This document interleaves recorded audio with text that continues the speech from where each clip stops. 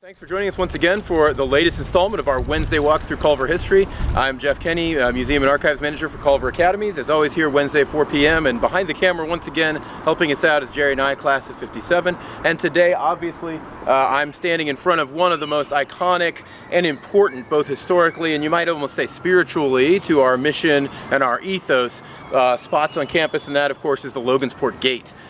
This is a story we tell our incoming freshmen, both our boys and girls, CMA, CGA students, because it is so important and so kind of integral to how we see the school and how we see ourselves and our place as servant leaders and responsible citizens here at Culver. The story goes back really in a sense to the naval school starting in 1902, where we had trained midshipmen able to row the around 1-ton cutters, these large boats. We don't have them this size. So if you see our cutters, our boats being rowed today are not as large as these huge boats, and they became an essential part of the story as well. This is 1913, and in the spring, late March into April of 1913, it was a heavy snow.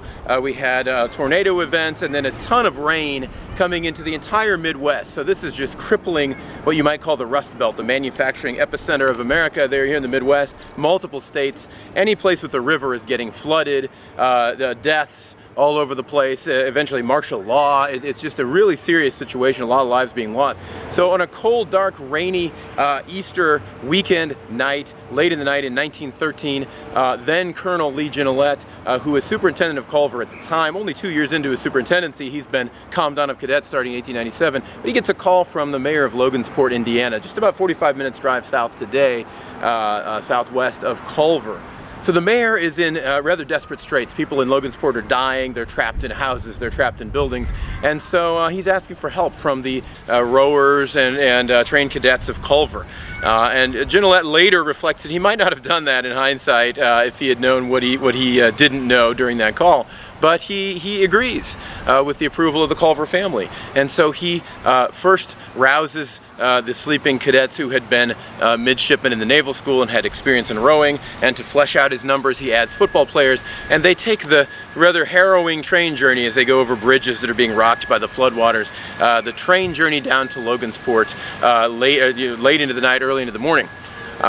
They have some really pretty amazing adventures over the next few days. There are members of Culver's faculty and staff in each boat, along with cadet rowers, and over the course of the next 48 hours, they rescue some 1,500 residents of Logansport.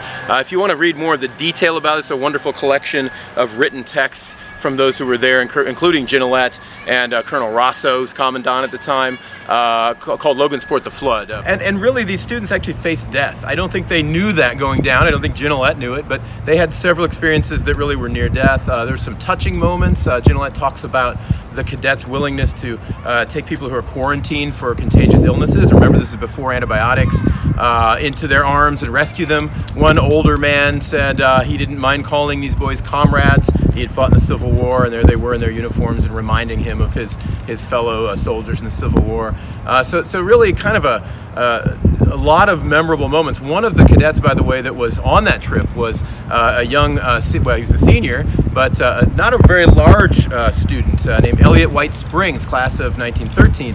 And he had initially been told no by Ginolet. He's a small guy, and he stowed away on the train down to Logansport, and he was forgiven later by Ginolet. Of course, Elliot White Springs goes on to become one of the great distinguished pilots in World War I, and he writes a best-selling book called Diary of an Unknown Aviator about his World War I experience in fighter planes. So it's a difficult few days, a harrowing few days, but an exciting few days. The cadets and the faculty and staff return, and after this, Culver receives national headlines around the country for this life-saving effort. One of the folks acknowledged, besides people like, of course, the mayor of Logansport and the governor of Indiana, the Secretary of the Navy, someone whose name you might know, Franklin Roosevelt, wrote a note acknowledging the courage and work of the students. The following year, 1914, the grateful city of Logansport dedicated this gate to us.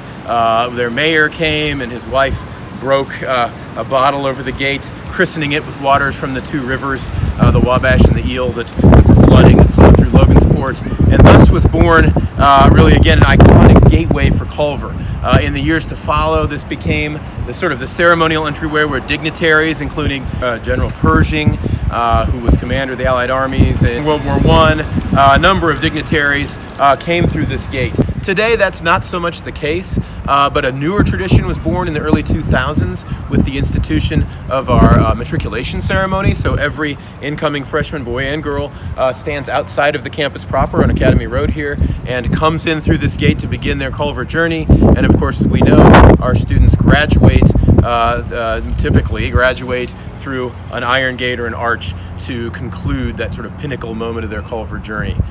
So again, Logansport Gate, this gate has been renovated in the years since 1914, but it still stands as one of the most important sites on the campus and an important part of the Culver story.